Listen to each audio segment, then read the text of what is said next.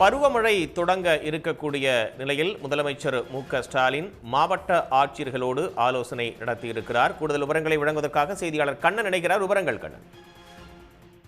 நிச்சயமாக தமிழ்நாடு முதலமைச்சர் மு.க.ஸ்டாலின் அவர்களது முகாம் அலுவலகத்திலிருந்து மிக முக்கிய ஆலோசனை கூட்டத்தை நடத்தி வருகிறார். டெல்டா மாவட்டங்களை பொறுத்தவரையில் இந்த குறுவை சாகுபடி முடிந்து நெல் கொள்முதலுக்கு அனைத்து ஏற்பாடுகளும் தயார் நிலையில் உள்ளது. அனைத்து மாவட்டங்களிலும் தமிழ்நாடு அரசின் உணவுத்துறை சார்பிலும் கூட்டுறவுத்துறை சார்பிலும் நேரடி நெல் கொள்முதல் நிலையங்களானது அமைக்கப்பட்டு அதில் பணியாளர்கள் நியமிக்கப்பட்டு நேரடி நெல் கொள்முதல் செய்வதற்கான நடவடிக்கைகளானது மேற்கொள்ளப்பட்டு வருகிறது.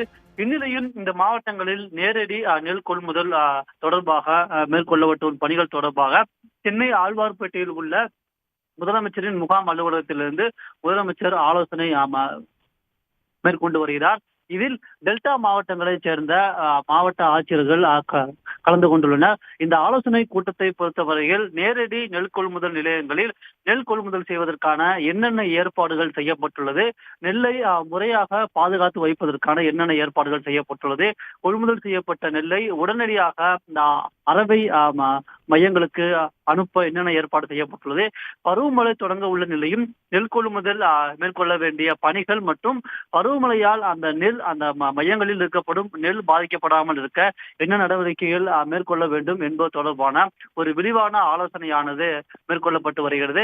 அதன்படி டெல்டா மாவட்டங்கள், அதாவது குறிப்பாக கூற வேண்டும் என்றால் திருச்சி, தஞ்சாவூர், திருவாரூர், நாகப்பட்டினம், மயிலாடுதுறை, பெரம்பலூர், அரியலூர் ஆகிய இந்த டெல்டா மாவட்டங்களைச் சேர்ந்த மாவட்ட ஆட்சியருடன் முதலமைச்சர் மு.க.ஸ்டாலின் சென்னை தலைமைச் செயலகத்திலிருந்து ஆலோசனை மேற்கொண்டு வருகிறார்.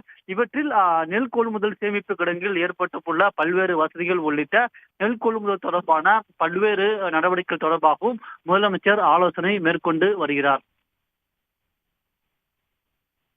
தகவல்களுக்கு நன்றி கண்ணன்.